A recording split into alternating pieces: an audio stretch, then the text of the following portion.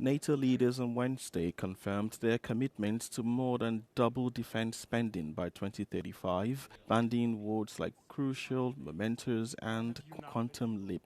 Members said that they were united against profound security challenges, singling out the long-term threat posed by Russia and terrorism. The resolutions came even as U.S. President Donald Trump faced questions at the summit about the Ukraine war, something he described as being hard for him to solve.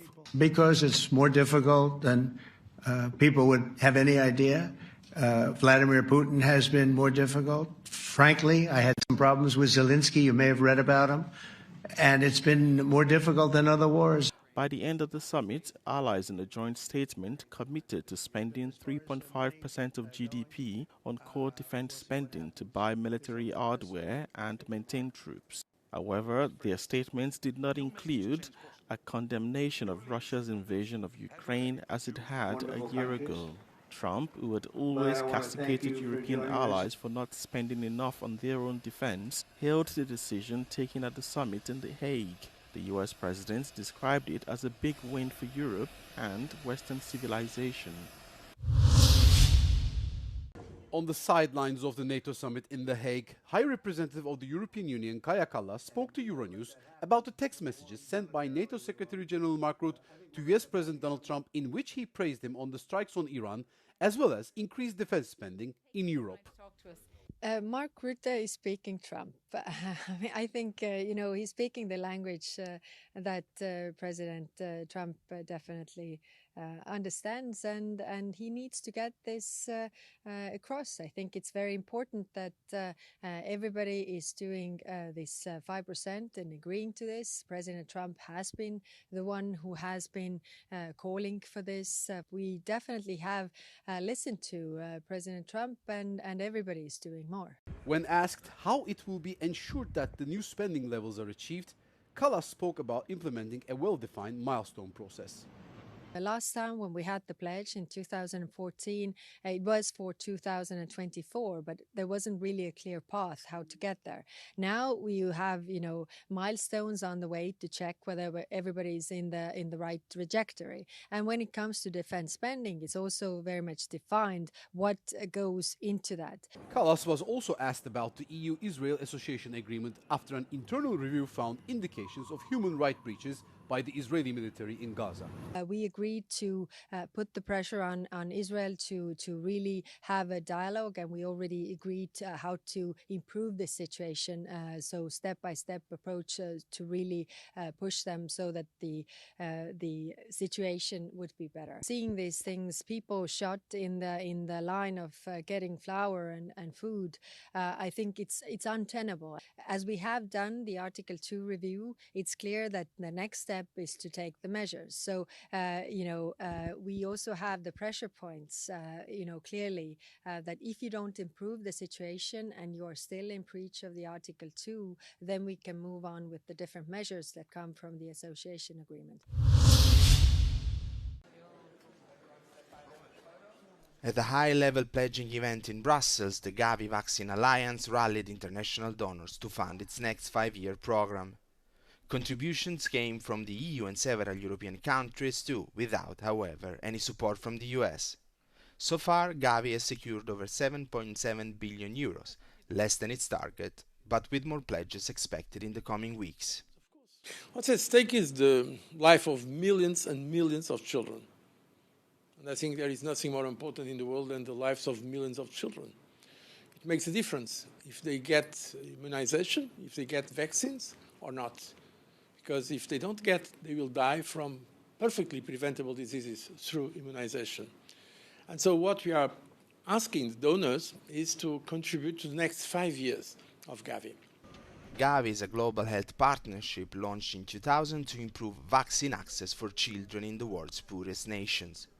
Since then, the alliance has helped vaccinate over 1 billion children and are estimated it has saved 19 million lives. Now it aims to reach 500,000 million more children by 2030. At the Brussels summit, European leaders, including those from Spain, Ireland, Greece and Croatia, pledged increased support. The European Commission also reaffirmed its commitment. Today is the moment to reaffirm our engagement. And I am proud to say that Europe will continue to contribute. Team Europe is GAVI's largest donor. And today I am pleased to pledge 360 million euros to GAVI at this summit. Major donors also included the United Kingdom and the Bill and Melinda Gates Foundation, notably absent the United States. A long-time GAVI backer, the US has announced it will no longer provide funding, part of a broader move to cut international aid under President Donald Trump's administration. How X's AI chatbot struggled to fact-check the Israel-Iran conflict. Users have been turning to AI chatbots to inform themselves about the 12-day conflict between Israel and Iran, which now seems to have subsided. But a new study shows that Grok, the free-to-use chatbot developed by Elon Musk's X AI, has been misleading users with inconsistent and incorrect claims. This video, claiming to show the destruction from a retaliatory Iranian attack on Tel Aviv airport, is AI-generated. We here at EuroVerify have previously debunked it. But when asked to verify its authenticity, Grok replied that it was likely real footage, not AI-generated. At EuroVerify, we identified several more instances in which Grok falsely describes AI-generated videos as authentic. We also detected instances of Grok linking completely unrelated videos to the conflict. Grok describes this video, which shows festival goers at Hellfest in France, as showing Israelis fleeing the conflict at the Taba border crossing with Egypt. And Grok also alleges that this video of an explosion in Malaysia shows an Iranian missile hitting Tel Aviv on June the 19th. Researchers at the Digital Forensic Research Lab say that Grok grounds its responses on media reports that quickly become outdated due to the fast-paced nature of the conflict. The chatbot also consistently fails to corroborate the authenticity of sources. For example, it's claimed that accounts that are spreading disinformation on X are official, governmental, or military accounts. Experts say users are increasingly reliant on these tools for fact-checking.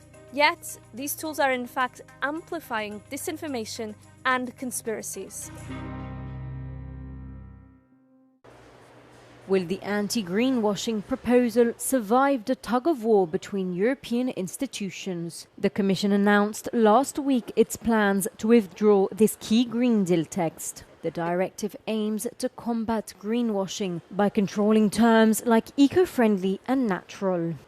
The proposal on green claims is to ensure a better protection to consumers and to ensure competitiveness of the European firms, because we want to substantiate a claim which says this product is very green, this product is very sustainable. It's good, but if you say it, if you go on the market saying that, you have to follow a procedure that allows us to make sure that what you claim is really true. The controversy follows several Commission U-turns on environmental policies. One German MEP confirms that the EPP wants the proposal withdrawn. The EPP thinks it's good when the Commission will withdraw this piece of legislation, because it's stemming from the old time where Commission thought we cannot have enough environmental legislation, and we have seen that business, in particular SMEs, are overloaded with all the complexities.